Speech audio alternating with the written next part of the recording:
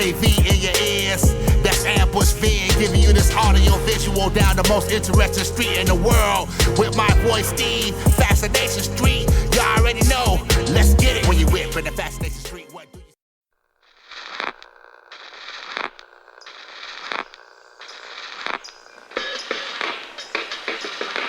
Hi, I'm Brad Roberts from Crash Test Dummies, and you're listening to Fascination Podcast.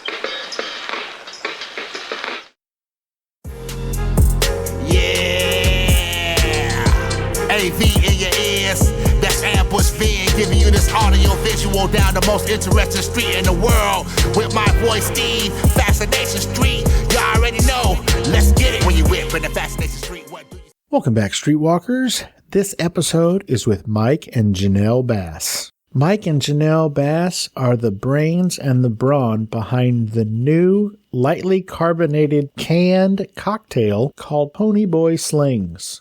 In this episode, we get their backstory, kind of figure out how they met and what made them decide to start a canned beverage company.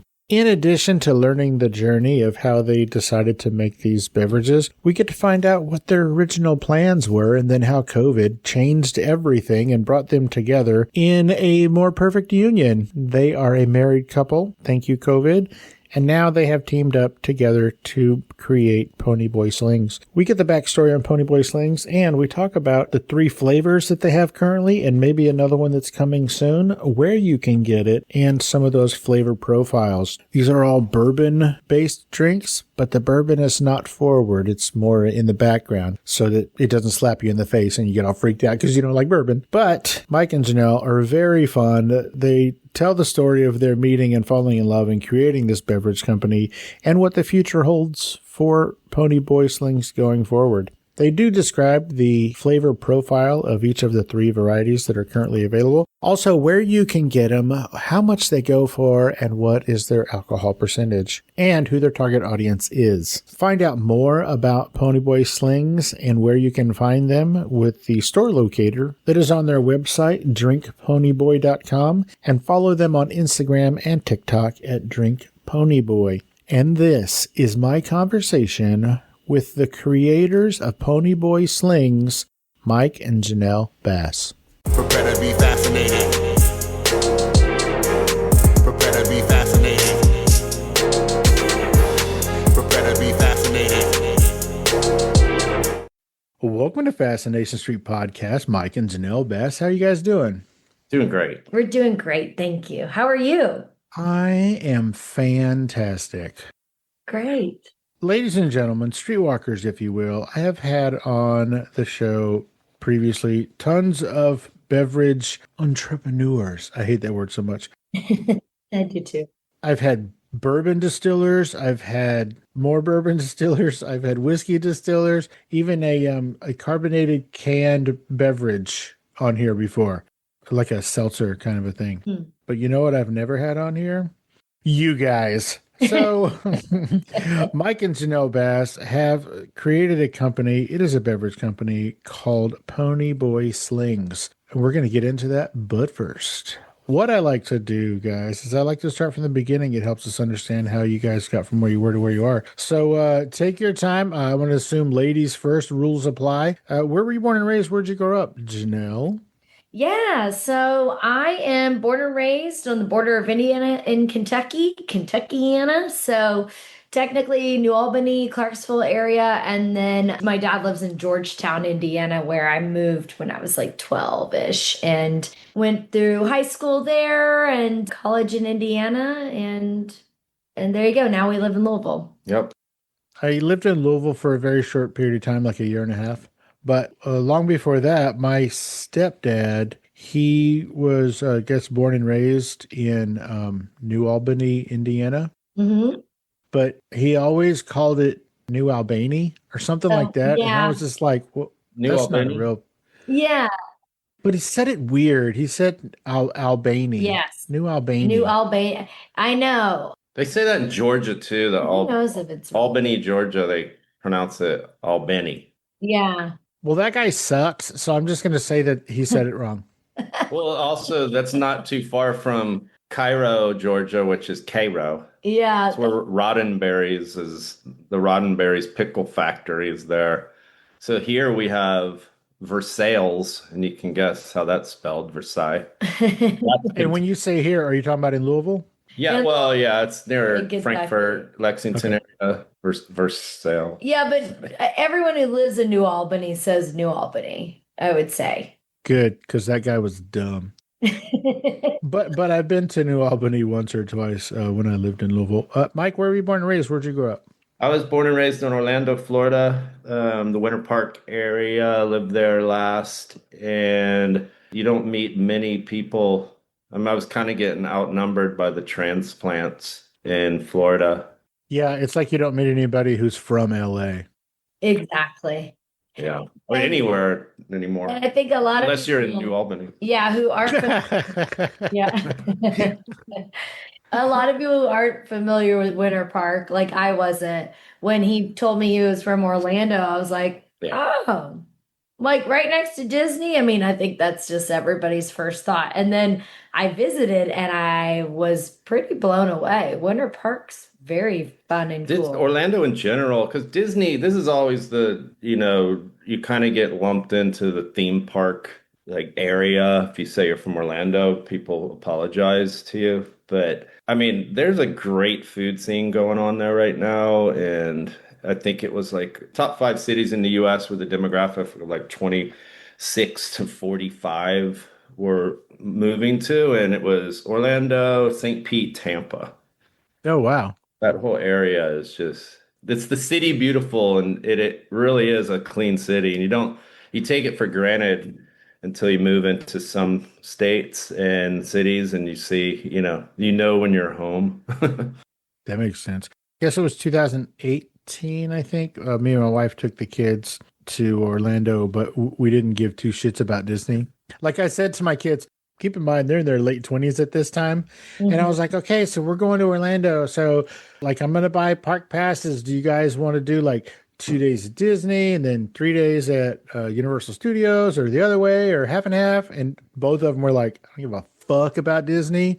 I just want to go to Harry Potter World. That's all I care about. So we spent like 5 days at Harry Potter World, and it was the most incredible thing. Wow. It was really so cool. Yeah, it was the best. Harry Potter World is really cool. Like, yeah, I did. We all went to Universal. That's Islands of Adventure.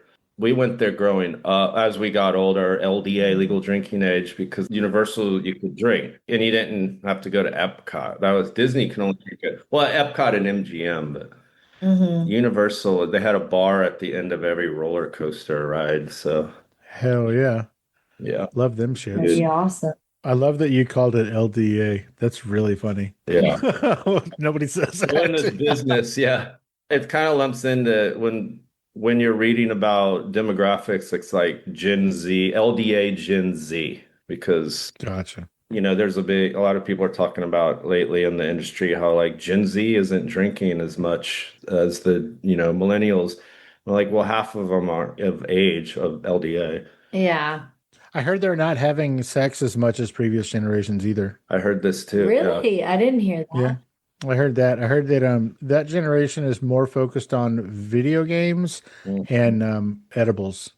Yeah, and it has to do with not going out to bars and not socializing and socializing only online. Yeah. We're happy with online relationships. I mean, it makes sense. Like a lot of them, the ones that had to stay home during COVID for college, that's the time that you really get to make a lot of bad decisions. So if you didn't really do that and you stayed at home that whole time and you didn't have that socialization, they probably just are late bloomers at this point. Yeah, they missed a lot of college years. I think that you guys are being too generous and too kind to those bunch of dumbos who are doing it all wrong. Yeah. That's the next generation. Yay? Yay! So, Janelle, what did you want to be when you grew up? Oh, gosh. This is hilarious. I wanted to be a model. Why is that funny? Because I'm 5'2". I'm 5'2". Look, I speak for Mike and myself when I say, hell yeah, right in my wheelhouse. Yeah. My wife is 5'0". So, Really? oh yeah. Yeah. Y'all could I have gotten know. jobs at Disney. We're short. I definitely, that could have Was a been a character. chipmunk for sure. But I don't know. I just love the idea of like being a model. And then I think I actually tried out for some kind of like kids cosmopolitan modeling thing. And they didn't want you to talk because they're taking pictures. And I was like, oh, this isn't for me. The photographers were like, you might be better suited for voiceover because you won't shut up. Yeah, yeah, seriously. They're like, and you like you really can't keep talking. That didn't last very long. So yeah, I then went into more of the funny acting plays and things like that. So Tell me more about that. I was a goofball as a kid and always made my friends laugh. Mike, is she still a goofball? Oh yeah, All right, cool. definitely. I would say We both are. yeah, he's really funny too, in a more subtle way. Yeah, tell it to your face, Mike. Like you got a serious face on right now. Just smile, bro. I know he doesn't. That's it. I am smiling. You should see. Oh shit, this is your smiley See face. when I get mad. Yeah. You like me when I'm mad. No, that's not true. His face does not change ever. I just turn into the Hulk. We have a funny family picture with like my immediate family, and it's all of us with their significant others, and everyone's smiling, and Mike just is like this in the back. Use AI. Just- I'm like, smile on. that's his smile. Just glowering. Love it. Yeah.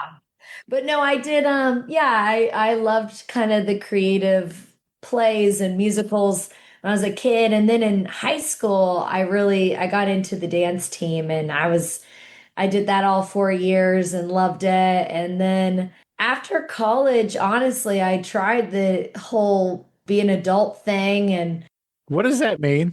I know it means I went to school, I graduated, and then I got a job at Enterprise Rent-A-Car to try to work my way up in the manager and sales system so that I could eventually become a medical device sales rep and blah, blah, blah. Like I had this whole path. And, at Enterprise, the way they run is very tight, meaning they overbook and it is Under the liver. and they kind of. It's like that scene from Seinfeld, right?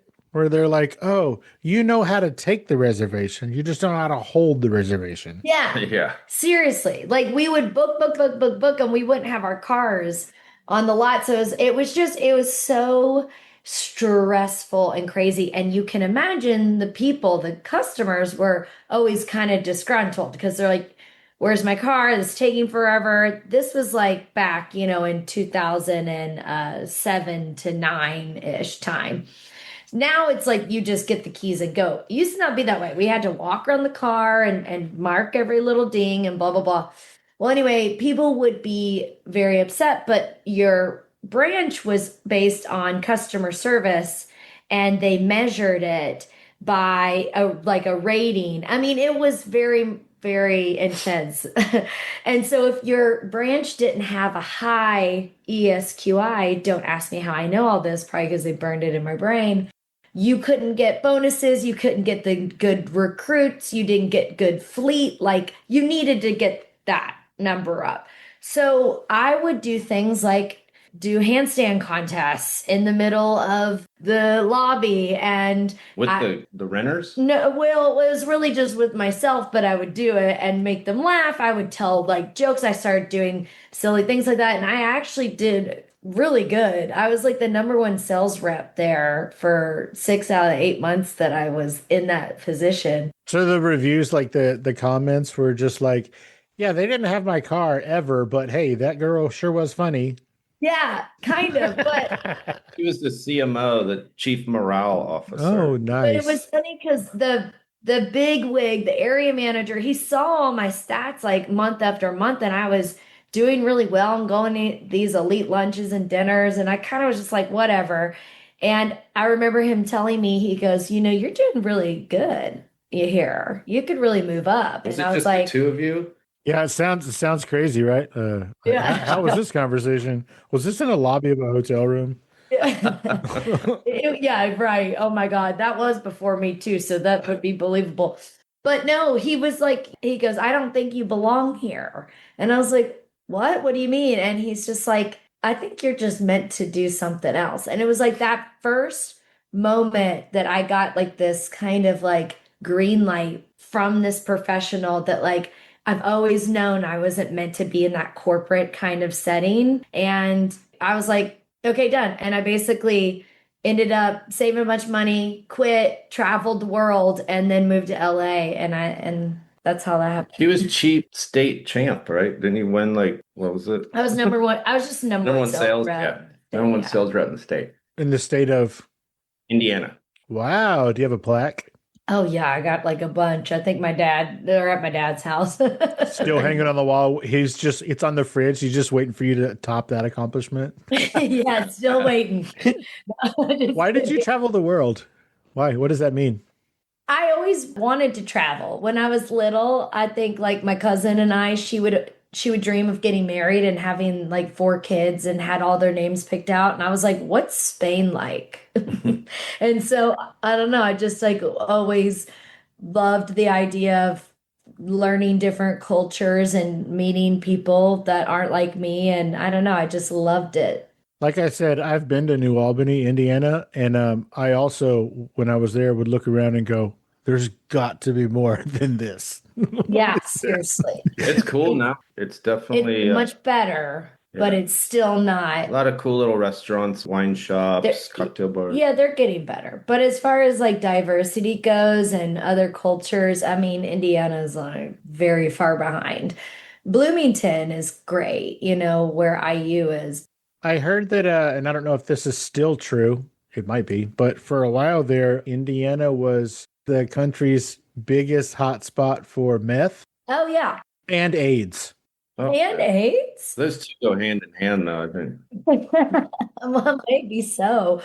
I mean, that might have been, a few years ago, but I knew it was for meth, and I wouldn't doubt that it's not still leading the pack for that. There's Sweet. A lot of cornfields. There's a lot of nothing in Indiana. In between the big cities, there's a lot of nothing. I have a feeling it's going to be distributing in Indiana anytime soon.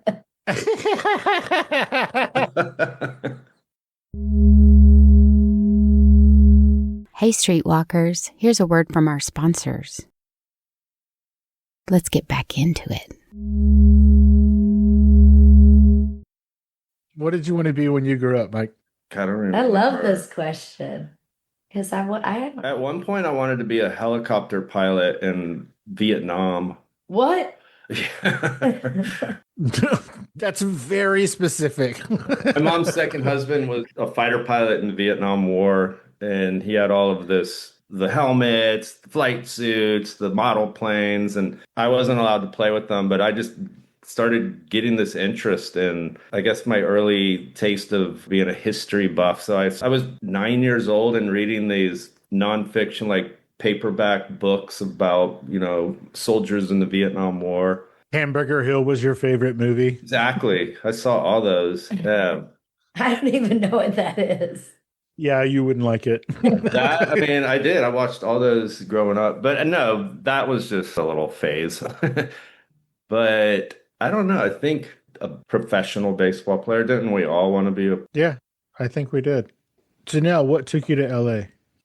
I think my desire to try it out at like comedy and acting. At the time, I don't think I could fully admit that because I went there with an ex-boyfriend. I already had good friends there, best friends there, but I was like, we're just gonna go and see what happens. But I think deep down inside, I really did want to take my stab at acting. That was just me being, scared and young. And then once I did take my stab at acting, I really let the fear of failure go because that definitely happens the whole time. And if you can survive it for 2 years, then you're good. And so I stuck around. I actually stayed there for 10. But my boyfriend at the time, he only lasted 8 months. Poor guy. He was a very big fish in a little pond where he's from. Big fat guy? That's cool. No. Wait, you said you stuck around for 10 years. Does that mean you were in LA for 10 years or you were doing stand-up and stuff for 10 years? Both, but not necessarily stand-up. I was in LA from 2011 until COVID, bartending and working in restaurants and stuff. That's how I survived and paid bills. But I did improv. That was my first taste of comedy. I started classes at Groundlings doing improv. Then I started doing classes at UCB, and I really just wanted to get good fast because I felt like I was so old at the ripe age of 26. And, as I did improv for a couple years, I started getting into sketch comedy and got on a couple sketch teams and did that as well. And then really leaned into voiceover. And that was where I started booking a lot. I did some on camera commercials while I was doing improv and sketch, but voiceover was the thing for me. And if COVID didn't happen, I would have continued to pursue voiceover, I'm sure. And who knows where that would have led me, but. Now, voiceover seems like a pretty secluded thing. I don't see how COVID would have affected voiceover. Like, you're just in a booth by yourself. For sure. And honestly, it really didn't. That was like the one thing that didn't end. Everything stopped except voiceover. My agent was like, upgrade your equipment, upgrade your booth. Everything's going to be recorded from your house. Because what we would do is we would audition in our closets. And then if we got booked, we would go into the studios. But then COVID, you just did everything out of your closet. So I still did voiceover for a while. But when COVID happened, I was out there for 2 months and all my roommates moved in with their boyfriends, and me and my boyfriend at the time broke up. So I was like very isolated in my house during COVID. And I was like, I think I need to go back to my dad's house and wait this out because he lives on like a small lake and it's just very nice. That sounds awesome. It's awesome. And so I did, and it was the best decision I could have ever made because, I was quarantined to a lake with a bunch of retired neighbors who were like, we're all floating at 5, smoking our cigs, drinking our Bud Light, and I'm like, this is kind of like heaven. What is the biggest thing that you did a voiceover for, your biggest project? I would say the biggest project I did was this video game, but it's the biggest one I did, but then got replaced, which is so weird to say. So now I can talk about it freely, but for years, I was under like extreme NDAs and couldn't for like 7 years. The video game called BioShock? Yeah, I don't play them, but I'm familiar with BioShock. I guess like Kevin Levine was the one who created that. And in the video game world, he is very well known. And I didn't know any of this before going in. I was not a gamer. I was very green, but I booked that, and it was basically after BioShock, he was set to make this really big video game that was going to have a female lead, and that was like the talk of the town. And it was called Judas, at least it was. And then I don't know if they ended up naming it that or not, but anyway, I was Judas, and that was how I got my SAG card because I booked that. And so for 4 years, they would fly me to Boston to their production studio and I'd record all day. And we did all of it for a while. And then years went by and it's like, he's brilliant. And I really do love Ken, but he's very specific. And I think they were just changing lots of things. They kept going back and forth, like it was taking a lot longer. They actually had me re-record everything, but in a different way. And then more and more changes. I didn't know. And then it was like, in the like 7th year, they got grandfathered in. So I wasn't even going to make residuals. So I got paid for everything I did. But they were like, yeah, they're going with somebody else. And so I think when they released the game, it was someone else, which was bizarre because she kind of sounded just like me. So no one got I don't know the politics behind it all. I have nothing to say but good things about Ken and my experience there. But that was like the biggest thing I booked, but that's Hollywood though. Like my friend told me once, they were like, until you see yourself on the screen, it doesn't matter. Or hear yourself. You can get paid for it, but it doesn't actually happen until it's like there. I've had actors on the show who were so excited about their debut role in a big movie and they invited their whole family to go to the theater. And that's when they found out that they weren't in the movie. Yeah, they get cut. At the theater, like, what? Yeah, I booked a small part on How I Met Your Mother. Yeah, I think that was it. And I was like the flight attendant, and it was during a turbulent scene, and I had like one line, and I was so excited, and yeah, it got cut. That's wild. Yeah. But I mean, I've booked anywhere from Nike commercials. I've done like animation series. I've done guest spots. I've done podcasts. All the genres, for the most part, I've booked for voiceover. On camera, I did a couple Red Robin commercials. Oh, snap. Unlimited fries or something, right? I think it is, but they were very cold when we had to eat them. So that wasn't that fun. Well, what about you, buddy? What made you leave the Orlando area?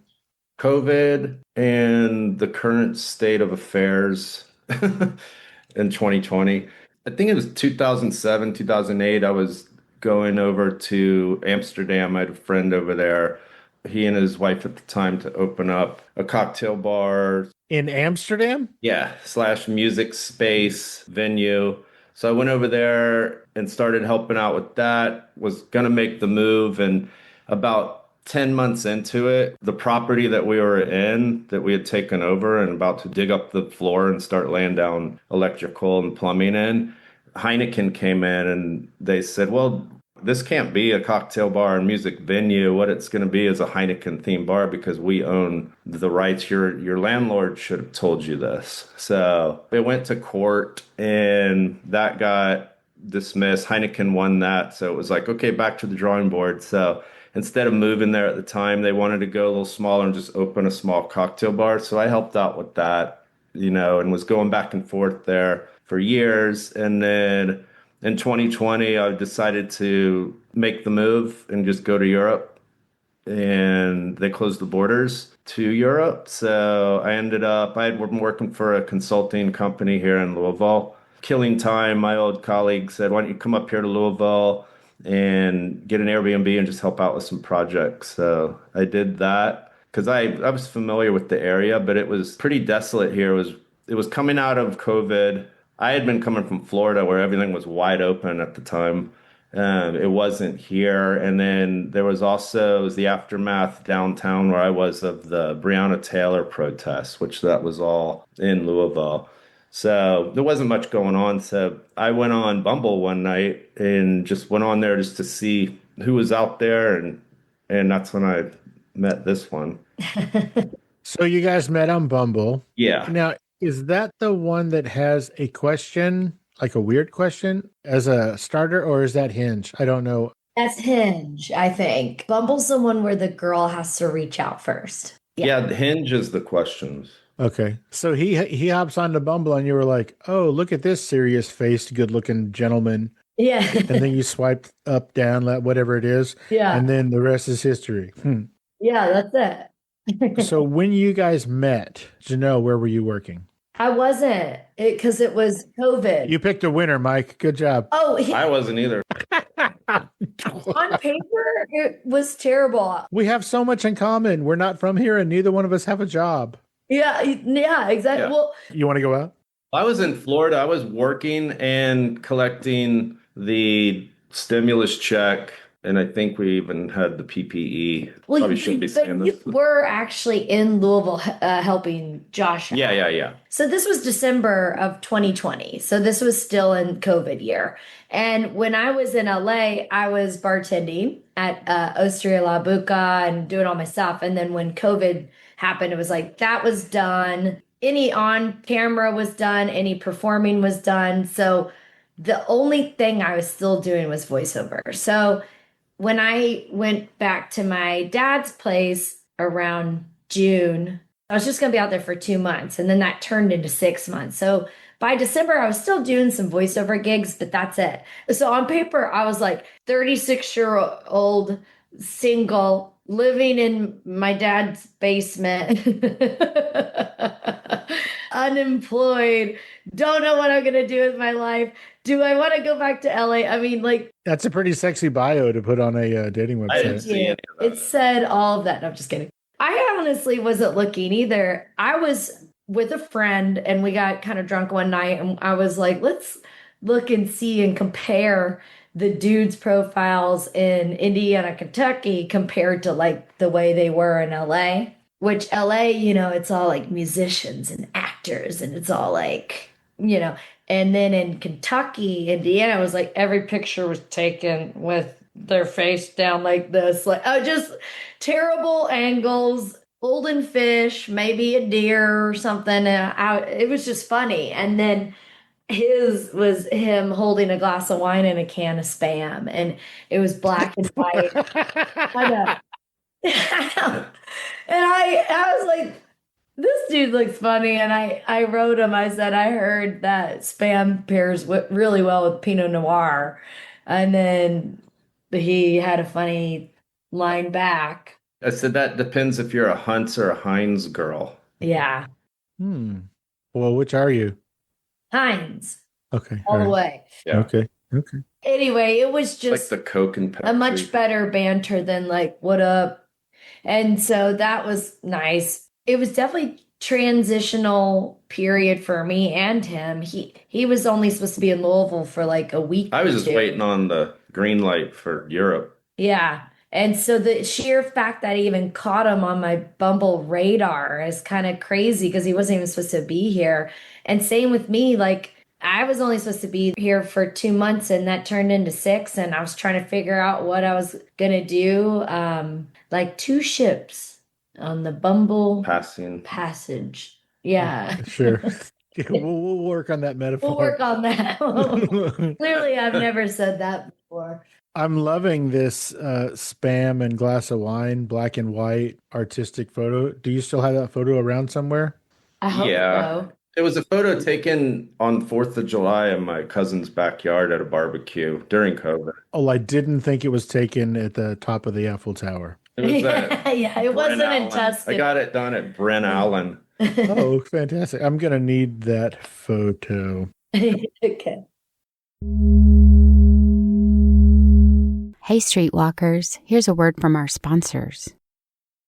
Warning. Not listening to Fascination Street podcast may cause unexpected side effects. Side effects may include sudden fits of boredom, irrational curiosity about everything you missed, the inability to name your favorite podcast interview, spontaneous ignorance of obscure celebrity stories, talking to coworkers about nothing because you didn't hear the latest episode. Other symptoms may include excessive use of the phrase, wait, what happened? Chronic seriousness with no trace of laughter or delight, unexplainable urge to scroll aimlessly instead of being entertained. In rare cases, not listening may lead to wandering aimlessly through podcast apps, overexposure to true crime reruns, and thinking you're cooler than you actually are. If you find yourself experiencing any of these symptoms, stop what you're doing immediately and download Fascination Street Podcast. Ask your podcaster if Fascination Street Podcast is right for you. Spoiler alert, it is.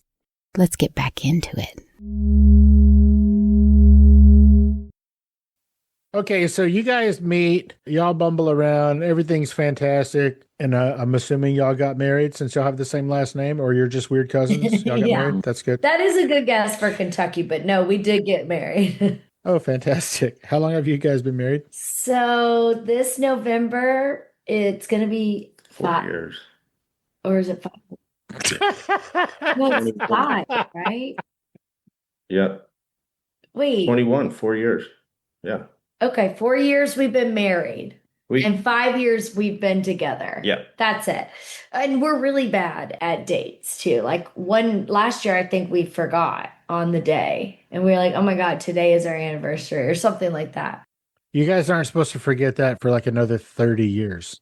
This is fantastic. Yeah. I'm enjoying this. Go on. We met December 20th of 2020. And then we got married November 20th of 2021, which was exactly 11 months later. Yeah. We kept seeing 11/11, and so I have 11/11 inside my my ring. Yeah, we hit the ground running. We met, and he stuck around for a little bit longer than he was supposed to, and then around 2 months, we're like, well, I need to get out of my spot. He needs to find a spot if we're going to keep dating here. And so we moved in together. Yeah, my Airbnb deal was all of a sudden he was back to, okay, people are starting to come here for the weekends again. Yeah. It was a friend. It was like a monthly rate I was getting. But Yeah. then all of a sudden, it's like, I can make this rate in one weekend. Right. And people were traveling again. Yeah, We got out. we moved fast. It was like 2 months we moved in. So at what point did you two decide that y'all wanted to make beverages together? Yeah, when we started hanging out during this time of unemployment, basically, there wasn't a ton to do but eat and drink. So Mike cooked for me a bunch. He's an amazing cook, and we would like both go to grab the bartending tools to like make a drink. And he's like, I'm the one who makes drinks. I'm like, well, I'm the one who makes drinks because we both have this like bartending beverage background. And so we just kind of quickly realized we had that shared experience, and he was getting asked to do things because that was the business that he was in town for. And then I was kind of getting asked to do things, and we're like, well, instead of doing it separate, why don't we just do it together? It's so much easier. And so we did. And we started Punch Bowl Project, which was our beverage consulting company. So this is like catering events? It kind of, yeah. So we would do all the cocktail creation and logistics for events for really a lot of bourbon brands. So we worked a ton with Bullet in the beginning through Proof Media Mix, and they would throw these frontier fairs. They were the activations marketing team for Diageo. Mm-hmm. We also worked with suppliers like Diageo, Sazerac, which are umbrella companies for a lot of brands, and working on national restaurant account RFPs. So we were developing cocktails with their products to land them on national menus. Mm-hmm. I don't know if you're allowed to. Name one national brand cocktail that you guys came up with. Let's see. We Cozy did few. Campfire for Firebirds. Was it you know called the those? Cozy Campfire? Yeah, it was like toasted marshmallow old fashioned. That was with Sazerac. One of their products was Fireball. And we're like, how can we get Fireball into a cocktail menu at a steakhouse? How can we get Fireball into the hands of adults? Yes. Yes. Surprise. And kind of hide it in there. We used it as a cinnamon element in And a lot an of old fashioned. drinks and Yeah. stuff. Yeah. That's how we would get it in The there. chimney sweeper was that one we did for Smoky Bones. Smoky Bones Barbecue. We did one, the chimney sweep, and it was Sweet. Based Johnny on Walker mixed with SoCo, baby. it? Yeah. Yeah, we had to do Southern Comfort. In sweet vermouth. So it Yeah. was essentially a Manhattan She would, base split, like yeah. Rob Roy Manhattan. Our point person would be like, okay, for Firebirds, we want you to create cocktails with Corazon, Myers, Southern Comfort, Wheatley. And then now for Hard Rock Cafe, we want you to do Fireball, blah, blah, blah, blah. And so it was all these big restaurants, and we would create the cocktails and we would then shoot everything. I shoot as well. I've always done photography too on the side. You got to have a million jobs in LA. And then Mike would deck it out, and then we would sometimes go and travel with them and present with them as part of what we did. And then the other part was here in Kentucky with Blade and Bow and Doing the cocktails for all the logistics of the bars for these large events. So we would hire local bartenders. We would develop the cocktails for each bar, batch these cocktails out for 300, 400 people. And it was in the dead of summer in Kentucky. So everything was whiskey. So the first one we did, we saw where, our weak spots were. And then the next one we did, we changed it up. So we started doing cocktails on draft cocktails at a lower ABV and stuff that could speed up the process behind the bar. And so we didn't want lines of people. And that's when we saw a good reception for bubbly bourbon cocktails, low ABV. People were digging it, especially people that thought they never liked bourbon that were at these events. So this bubbly bourbon concoction idea came out of trying to speed up the lines, trying to move things along faster? That and the heat. basically, yeah. Yeah, and Which is also, so funny. so at the end of these events, they would take anything left over, and they had bars at these distillery tasting rooms and visitor centers. these bars would get hit all at once because it was usually after a big tasting, 30 people doing a bourbon tasting, and then just open the doors and it's like exit through gift shop and here's the bar. You know, if you were bartending, you just got slammed all at once. So we would take those kegs and they started just throwing them back there. And then that turned into us going out and weekly or bi-weekly building these cocktails. I would make a bunch of kegs of them. And then we started seeing a demand where, you know, a 2-3 weeks worth of kegs would be gone in 4 days. So we didn't know at the time that's what we were that we were gonna go. testing this market. Yeah, we got to test market a lot of these ideas before even going down this road. Yeah. What was the biggest thing you learned during this accidental market testing? How much money you can make bartending? That's not true. We already knew that. How much? Hang on, let me finish your sentence. How much money you can make bartending at a visitor center when everyone's just stoked to be there and a little buzz from bourbon. Yeah. That was crazy. Working, instead of being slammed for 4 hours, you were slammed for 30 minutes and then a 1.5 hour lull and then another 30 minutes. No, I would say like the biggest thing I think we learned during that, not really knowing that we were doing it, was that there was a way to reach the people who didn't like bourbon. All of a sudden, it wasn't an old fashioned as their only option. We would make all kinds of stuff and put them on tap, and we played around with it. And we would always push how far we could go with the names of the drinks, which we thought was funny. In what way? Tell them about what we named the vanilla rye one. Oh, we kind of mimicked the limoncello LaCroix. So it was like a rye with like a limoncello type soda, vanilla syrup in it, Real and lemon lemon. juice. It didn't get passed, but it was going to be the vanilla rye starring Tom and Penelope Booze. Yeah, vanilla rye starring Tom and Penelope Booze, and we wanted the Wow. whole The whole thing. just because that made us laugh. And then they came back with the menus, and it said vanilla rye, I think. Yeah, that's it. It's a little asterisk, Yeah. fine print at the bottom. Love it. Okay, so at what point do you two decide, you know what, we can actually turn this into a real business? The truth is that it wasn't necessarily our idea initially either. What is also fascinating, Fascination Street. So we did an event. We did a charity event out in Lexington, Kentucky for Coaches for Kids. And that was with Blade and Bow Bourbon. They basically had us come out and they wanted us to create one cocktail with their Blade and Bow. So we were like, all right, we didn't have kegs that day. And we decided, because I was like, oh, I want something that will appeal to men and women. So I was like, what about a peach bourbon iced tea? We'll do that. So we batched it all. We batched them into the bottle. So then like day of, we could just pour over ice and hand, right? Make it quick. So then we get there and it's an all male event. And I'm like, great. And iced tea is the same color as bourbon. So they're all batched into the bottle. I'm like, okay, cool. And we get our first guy come up to our bar and he's like, I'll take mine on the rocks or whatever.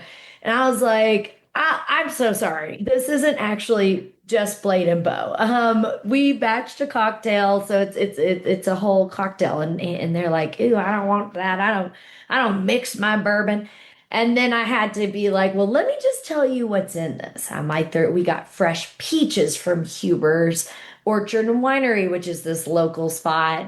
And then we did this Earl Grey lavender syrup with the tea. And I'm just telling him all these things. And as I'm telling him, he's like, actually, that kind of sounds good. And Mike starts like making it up. And then by the end, we had a whole line. Well, yeah, because it took you 45 minutes to tell that first guy what was in that cocktail. That's true. Well, luckily he was the only one at first. But then yeah, we had a bunch of people and it was a quick line, darn it. But they were all coming up and they were telling their buddies and we ended up being like the hit of the event. Like everybody was like, that's the cocktail we want. And little did we know at the time an angel investor had plucked a card off our bar while we're talking and in action and ended up reaching out to us. And so we had a meeting with him 2 weeks later.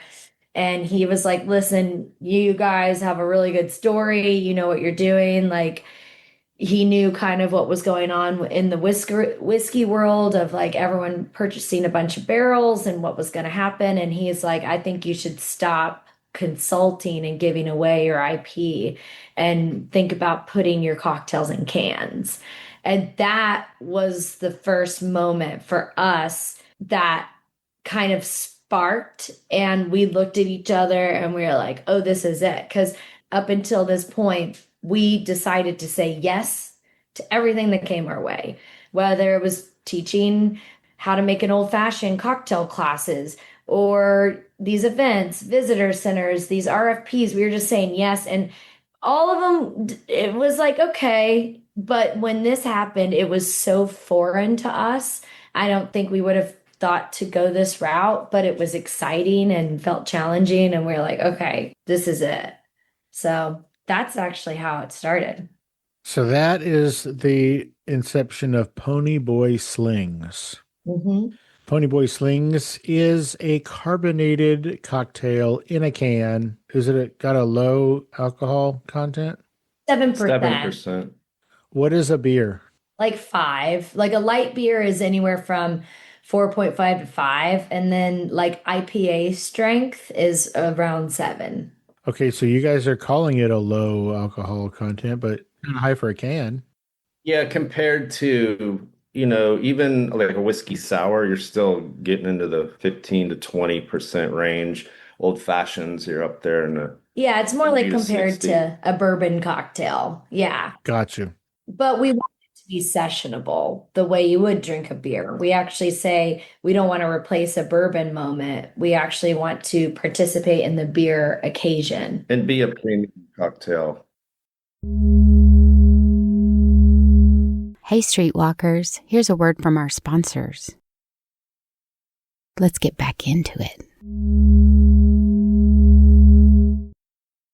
Okay, so what is the difference? What is a beer moment and what is a whiskey moment? Like, what does that mean? So I think typically when people think about drinking bourbon, and this isn't always the case 100%, of course, but like I think most people think about it as their nightcap or maybe in a bar or like smoking a cigar. It's typically considered a male style drink. A beer occasion is usually somewhere where you want to drink more than one. It's sessionable. Usually it's like during the day or it's warm out. So we're trying to show people that bourbon doesn't always have to be drank in the way that you think you're supposed to drink bourbon. It can actually be We refreshing. take bourbon where glass can't go.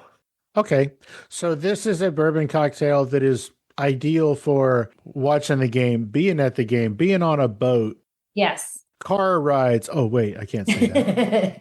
Unless someone else is driving. Unless you're in the trunk. Yeah, if you're in Unless the you're on a trunk, that's party good. bus. There you go. Yeah.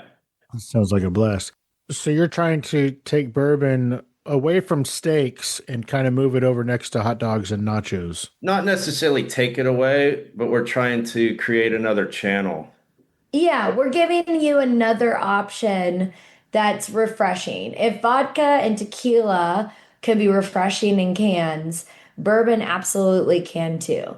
And so we're just trying to show people that it's not just for the winter and all those occasions. If it's blended correctly, it can be a very refreshing cocktail. You can use any spirit if blended correctly, it can be that way. It's just vodka tequila dominates the can culture. We're trying to get bourbon to participate. So do you only work with bourbon in these cocktails so far? Yeah. And then we have modifiers like dry vermouth and sherry as well. Sure. Now, you said you think you can make any spirit a refreshing cocktail. Do you think you could do it with the Holy Spirit? Yes, absolutely. So I'm picturing a carbonated beverage that is heavy on holy basil and, I don't know, blackberries, and then, some bourbon, and then you call it the Holy Spirit. Yeah. So you guys have 3 separate cocktails. One is called Bourbon Cream Soda. Is that the full name? You didn't have a cool name like vanilla Sky Booze Cruise, Tom? Originally, we did have cool names, but we just recently changed them so they're more descriptive for retail stores. But it wasn't even that creative. It was just Derby cream soda, but now it's bourbon cream soda. The Bourbon Cherry Crush was formerly the My Cherry Amore. So you guys have bourbon cream soda, like we all remember a cream soda, but it also has bourbon, right? Yeah. Yeah. So describe the bourbon cream soda. What else is in it? Give me the hints, the notes. It's bourbon with sherry. It's got pure vanilla extract, a little bit of butterscotch, and some aromatic bitters. Butterscotch. Okay, didn't see that coming. Are all of these 7%? Yep, they're all 7%. So we have bourbon cream soda, bourbon strawberry spritz, and bourbon cherry crush. I know that this product is only available right now in Tennessee and Kentucky. Is that for Alcohol Beverage Commission reasons, or is it for supply and demand reasons? Why are you so regional right now? As a new brand, a lot of mistakes that brands make, or they try to go wide fast. We wanted to go narrow and deep. We wanted to be, within a day's drive away from our markets, because we want to be in all our new markets, because as nobody sells the brand better than the founders. It's a strategy when you're bootstrapping and you're a tiny brand and you don't have millions of dollars to launch with. Sounds like you need a bigger angel investor than that other clown. It sure does. I'm just kidding. And well, we do. No. He's definitely started us, but now we're actually in the middle of a raise. So we're ready to start scaling and getting a little bit, wider. So you said you're in the middle of a raise. That means you're in the middle of a capital raise right now? How does that work? Do you go out and ask people for money, or is there some sort of a program that you get involved in? How does that work? You go door to door? Yeah. We're talking to the right potential strategic partners, because we're at the point where raising more capital in a large amount, if we're going to be giving up equity, we want to bring someone in that's strategic. Oh shit, you're going on Shark Tank? I actually did apply, but I have no idea. It's like because of this volume, you will only be reached out to if they're interested or something like that. But gotcha. Yeah, it's hard to get on. We're still also taking investments. We're open to investors in general. Our biggest seek out is a partnership that can offer more than just that. So we can, open more doors. Because, we can only go so far with just the two of us. And we're kind of at that stage where we're ready to get a little bit more of a partnership going on. You need Shaq. Yeah. He's already involved. Yeah. He would drink a Pony Boy in just one gulp. He's with, is it Buzzballs? Oh, Beatbox. He is? Yeah, that guy's in everything. Wow. All right, I'll keep trying. Yeah. I was working at a sports bar in Orlando, and there used to be a sports radio show that they would broadcast from there on Saturdays. And it was when he signed with the Orlando Magic, and they brought him in. And how old are you? Wait, you should guess. This is fun. What do you think? Well, okay, so based on that story, you were old enough to work in a bar in 1994. Yeah. So I'm going to guess, based on that story, if my math is correct, let's see here, carry the one, divided by 2. Yeah, you're 79 years old. That's correct. Correct. Which is weird, because you look like you're 31. Yeah. Wow. So don't give me your real age, because we don't talk about ages. I'm going to bleep out earlier when Janell said how old she was when she met you. Oh yeah. We just don't talk about age on this show. No reason. No, I know he definitely looks so much younger than his true age. His whole family's like that. I mean, they've just got really good genes, I think. Fantastic. She said you look good in jeans. Yeah. So you guys sell this, I'm assuming, is this in places where you can drink it at the location? Is this in bars and restaurants? Yeah. Or is it only in liquor stores and things like that? Both. It's in both. Yeah. Okay. And you sell it by the 6-pack? 4-pack. The 4-pack. Yeah. What does a 4-pack of these go for? About $12.99. $11.99, $12.99. So $12-ish? Yeah. Right? For a 4-pack? let's see here. What does that translate into American dollars? So you're in Kentucky and Tennessee, so $12. So in America, that's, oh wait, no, in Texas, that's okay. So $12 for a 4-pack. Do you only sell it in 4-packs? Do you sell cases? You sell kegs? Bro, you invented this thing for kegs. I You don't sell in know. kegs? There's a lot of laws around putting alcohol in a keg. And yet, that's how you started doing this. Well, that wasn't selling it to a distributor. Gotcha. Yeah, And it was done at the distillery. there's some like difficulty with it, but it's not that we're not looking into it. And right now we just sell each one as a 4-pack. Our next one we'll do a variety pack, and we're looking to do an 8-pack variety pack and possibly introduce a 4th in there. A 4th flavor, the Holy Spirit. That's it. It was going to be the burning bush. So you know how you guys started out with all these crazy ass long names. So this next one is just going to be called Fascination Street Podcast Holy Spirit. Yeah. That's you go. hysterical. So what are the plans? I know you guys are just really building a foundation for your customer base in Kentucky and Tennessee. What is the plan to roll it out nationwide or even to the next region look like? I don't know if y'all know this, but here in Texas, I can't get it. I know, but you're on our radar. Where in Texas are you? I'm in San Antonio, Texas. Love San Antonio. Me too. Oh, Oh, what a gem. It really is. My best friends live there, and I got to like see it with her, and got to go to all the local cool spots, and it really is an awesome place. I loved it. I love it here. So when are you going to start selling it here in Texas? I mean, that would come along with partnering with the right strategic partner. And distributor. Getting in, distributor relationships, distributor channels, capital to hire sales force. You don't want to open a market if you don't have boots on the ground. Because yes, distributor can get it on the shelves, but if there's nobody buying it because no one's selling it and doing tastings, then people don't know about it. Yeah, we learned that like early, like it will just sit on a shelf and collect dust. People, especially right now with money, they're not really willing to do a lot of risk taking.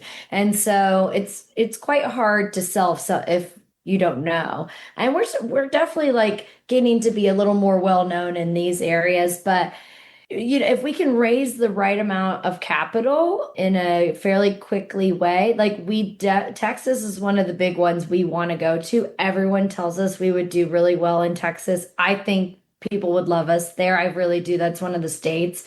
Georgia is on our radar.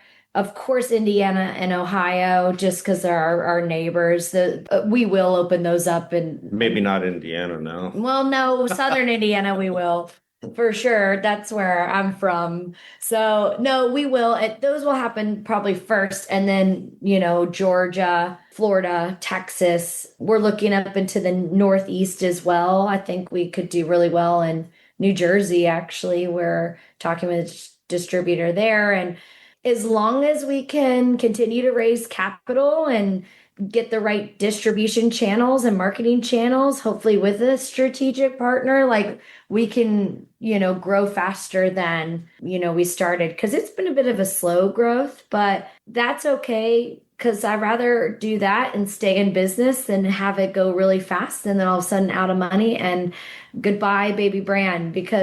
And I've learned this from now being on this side of the bar, right? I was always behind the bar. Now I'm on the front. But it's like so many of the larger brands, with all the money that they have, it's very hard to compete, us baby brands. And unfortunately, a lot of us don't survive. And it's sad because I feel like the consumer really is interested and I think deserves to drink better drinks. But if we don't support the local and get to know those brands then it's like, yeah, eventually we die off and the next neutral grain spirit water and flavor drink comes along, And so I know it's our brand, but I'm rooting for us for a lot of other reasons too. To your point about smaller brands maybe sometimes not making it, I have a Zima downstairs in my beer fridge right now. To you, wow. Now you're dating yourself. There's plenty of products on the market right now that are very close to Zima. The flavor of Zima. If you close your eyes and drink a lot of drinks and think Zima, you'll see, wow, there are a lot of like Zima knockoffs now. You know about the getting iced? Is that just a Smirnoff. bartender thing? That's Smirnoff. Smirnoff Ice, the bottle RTD. Mm-hmm.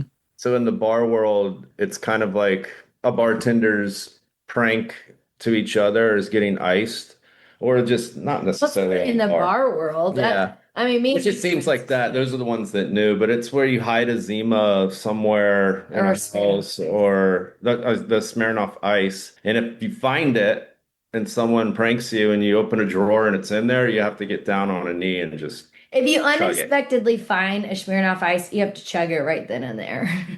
What a weird and fun game.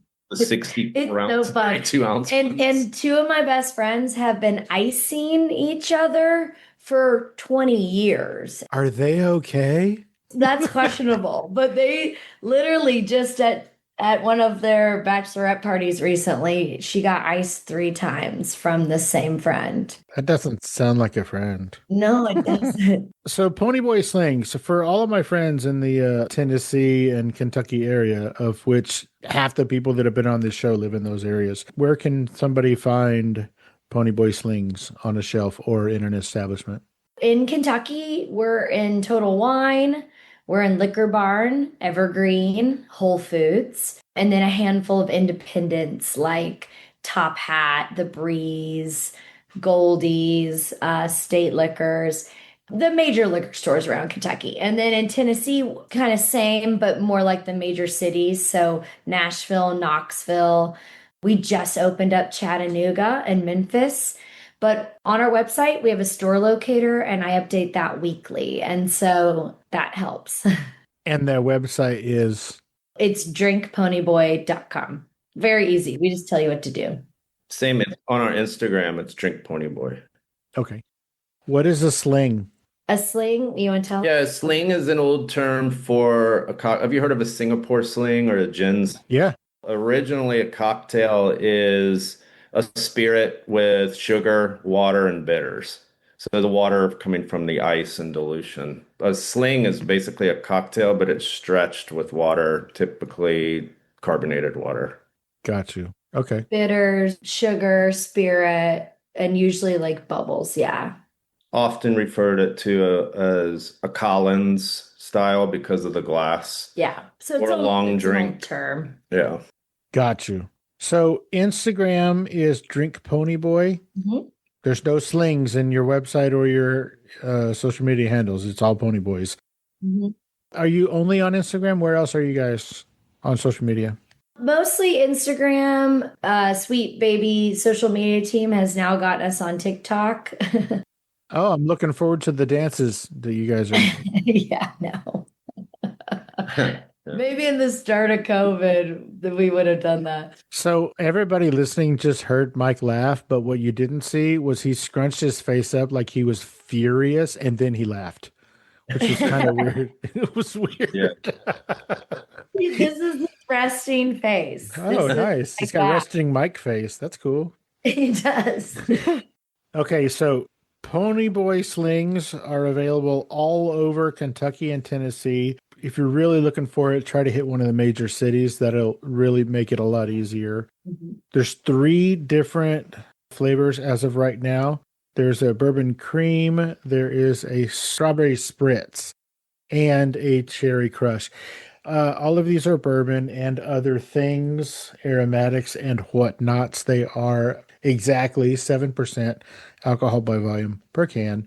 They're sold in 4-packs for about $12-ish. You can find a store locator, and you can find more about these 2 crazy kids' story at drinkponyboy.com. And again, follow them at drinkponyboy on Instagram, and I guess look for dancing cans on TikTok. Before I let you guys go, is there anything we didn't talk about or I didn't mention specifically that you guys wanted to bring up today? Do we cover the big bits? Big bits have been covered. For the most part, I think the one more thing I wanted to say, maybe on as a tasting note, just to get people's minds wrapped around what it tastes like. Do it. I think typically when people hear bourbon cocktails, they do think old fashions, Manhattans. Well, that is just old-fashioned thinking. That's right. But ours is definitely where those are spirit forward. We like to put the bourbon on the back end. Our bourbon is young. It's a Green River. That's what we use in our cans. It's 13 months and it's a 21% rye bourbon. Okay. It's young, it's sharp and dry by itself, so it's meant to be blended. So, what we use in the cans, we use all real ingredients. So, we use real strawberry juice, dry vermouth, bitters, bourbon, and it's really light. Think of like a light strawberry spritz. And then, like the cherry one we use is real black cherry juice, dry vermouth, bitters as well, bourbon, and it's almost like a juicy cherry soda style. So they drink almost like these nostalgic sodas in a way, but they're not sugar bombs. We use real sugar, but it's only 15 grams for the whole can. So, and they're right under 200 calories a can. Yeah, and we don't put any preservatives. We don't put any artificial colors, flavors, or sugar. We wanted to create something that we felt good drinking, we felt good giving our peers. What a great pitch. Also, one thing I forgot to mention, listeners, if you have an extra $10 or $20 million laying around and you want to invest in a beverage company, let me know and I'll put you in contact with the Basses. That would be great. We'll take it. We'll take less than that. Oh, less. All right. Oh, cool. What can I get for $1? Mike and Janell Bass of Ponyboy Slings, thank you guys so much for taking the time out of your busy day and your craft cocktail creating schedule to hang out and let us get to know you a little bit better on Fascination Street. I really appreciate it. Yeah, thank you so much. This has been really fun. It was 100% my pleasure. I hope you have a great rest of your week. Thank you. You too. Have a great night. Thank you. You too. Bye-bye. Bye.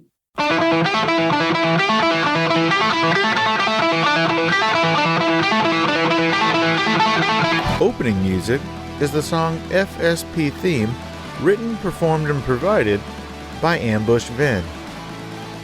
Closing music is from the song Say My Name off the 2021 album Underdog Anthems, used with permission from Jax Hollow. If you like the show, tell a friend. Subscribe and rate and review the show on iTunes and wherever else you download podcasts. Don't forget to subscribe to my YouTube channel. All the episodes are available there as well. Check me out on Vero at Fascination Street Pod and TikTok at Fascination Street Pod. And again, thanks for listening.